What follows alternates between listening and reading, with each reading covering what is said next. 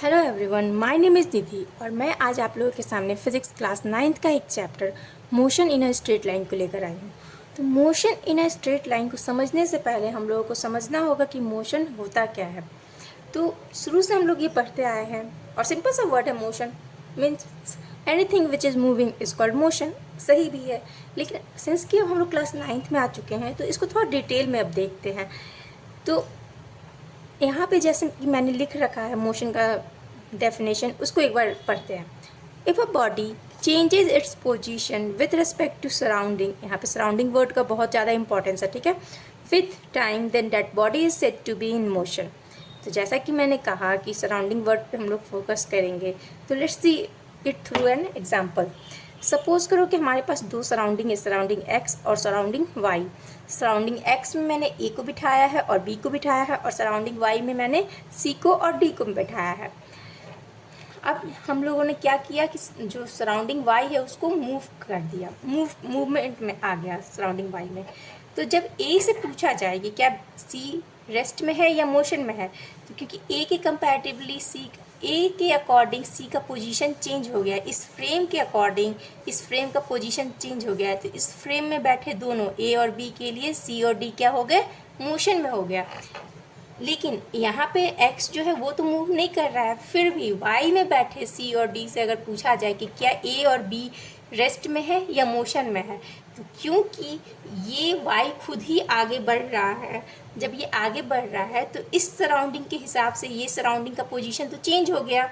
पहले ये इधर से देख रहा था, आगे बढ़ा, अब ऐसे देखेगा, फिर आगे बढ़ेगा, फिर इधर देखेगा, मतलब सराउंडिंग वाई के लिए सराउंडिंग एक्स का पोजीशन तो चेंज हो गया।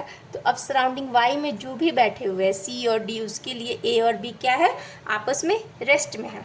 अब इस सराउंडिंग के अंदर में देखते हैं, क्या ए ने पोजीशन को चेंज किया है इस सराउंडिंग के अंदर, नहीं, तो बी के लिए ए रेस्ट में है, सिमिलरली ए के लिए भी बी रेस्ट में है। लेकिन ये तो y तो मूव कर रहा है, फिर भी अगर d से पूछा गया जाए तो क्या c ने अपने पोजीशन को चेंज किया है, तो नहीं, d के लिए c रेस्ट में होगा। क्यों? क्योंकि अभी भी d c को इस तरह से ही देख रहा है, ये वाला पूरा होल आगे मूव भी कर जाएगा ना, तो भी c और d ऐसे ही बैठा रहेगा और c को ये ऐसे ही देख रहा होगा। तो ये आपस में क्या है, रेस्ट में है, लेकिन ये पूरा इस फ्रेम का सारा चीज़ इस फ्रेम के लिए क्या हो जाएगा, मोशन में हो गया।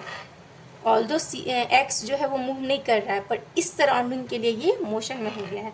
एक और एग्जांपल लेते हैं, एक ट्रेन है, एक ट्रेन में एक लड़का बैठा हुआ है, ठीक है, और ये रोड साइड में पेड़ लगा हुआ है और रोड पे भी एक लड़का खड़ा है, ठीक है। तो जब ये ट्रेन आगे की तरफ मूव कर रहा होता है तो इस लड़के से पूछा जाए कि क्या ट्री रेस्ट में है या मोशन में है, तो इस लड़के के लिए ये ट्री क्या रहेगा, मोशन में होगा। क्यों? क्योंकि अभी ऐसे देख रहा है, फिर आगे आएगा, फिर ऐसे, इसका तो पोजीशन चेंज होते जा रहा है। लेकिन रोड साइड पे खड़ा जो लड़का है उससे पूछा जाए कि क्या ये ट्री रेस्ट में है या मोशन में है, तो उसके लिए ये ट्री रेस्ट में होगा। तो यहाँ पे ये देखने को मिलता है, कोई चीज़ अगर किसी के लिए रेस्ट में है तो किसी के लिए मोशन में भी हो सकता है। एक और एग्जाम्पल हम लोग लेते हैं प्लैनेट का। अर्थ अपने एक्सिस पे रोटेट कर रहा है, ये तो सबको पता है, ठीक है, लेकिन यहाँ इस अर्थ के अंदर में मैं बैठी हूँ, मेरे सामने मेरा टेबल है। अगर मुझसे पूछा जाए कि क्या ये टेबल रेस्ट में है या मोशन में है, तो मैं कहूँगी कि मेरे सामने जो मेरे सामने जो टेबल रखा हुआ है वो रेस्ट में है। लेकिन सेम चीज़ अगर दूसरे प्लैनेट से कोई देख रहा होगा, उससे पूछा जाए तो उसके लिए ये टेबल क्या है, मोशन में। क्योंकि अर्थ रोटेट कर रहा है, अर्थ के अंदर जो भी चीज़ हो रहा है उसके लिए रोटेशन, मतलब उसके लिए मोशन में ही होगा, ठीक है। तो यहाँ पे मोशन हम लोगों का बहुत तरीके का होता है।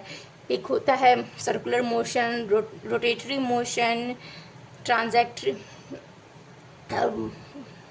Translatory motion, motion in 1D, motion in 2D, motion in 3D। तो हम लोग मोशन इन 1D को देखेंगे, motion in a straight line, same चीज़ है, ठीक है। Motion in a straight line को देखेंगे, इससे रिलेटेड सारे फिजिकल क्वांटिटीज़ को पढ़ेंगे, फिर बहुत सारे न्यूमेरिकल्स भी सॉल्व करेंगे, इसको ग्राफिकल मेथड से भी देखेंगे। मेन फोकस हमारा motion in a straight line को डिटेल में पढ़ना है, तो उसको मैं अभी बताती हूँ थोड़ी देर में।